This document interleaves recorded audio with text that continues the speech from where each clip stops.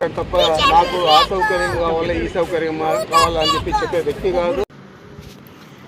ఇప్పుడు ఉన్నాడు పెద్దిరెడ్డి రామచంద్రారెడ్డి, చేసేవన్నీ పాపాలే. భూ కబ్జాలు, బెదిరింపులు, చంపేయడాలు,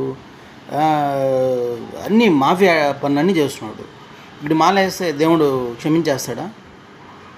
మీరు చెప్పండి. మీరు అన్నారు కదా దేవుడు ఇట్లా అంటాడు అనేసి. అంటే డబ్బులు కట్టేస్తే క్షమాపణలు వచ్చేస్తాయి. అంటే వీడొచ్చి ఒకవేళ క్రిస్టియన్లో చేరిపోతే ఇప్పుడు వెంటనే స్వర్గానికి వెళ్ళిపోతాడు.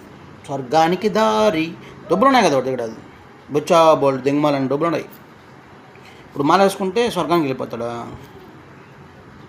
కర్మ ఫలితం ఎప్పుడు వదలదు, గుర్తుపెట్టుకోండి. నువ్వు ఎంత తప్పు చేస్తే అంత తప్పుని అనుభవించి, ఒకవేళ ఏం జరగకపోయినా వాడి బయటికి చెప్పకపోయినా కూడా లోపల లోపల కుమిలిపోతుంటాడు. జగన్మోహన్ రెడ్డి అయినా సరే, ఈవెన్ ఎవడైనా సరే డబ్బు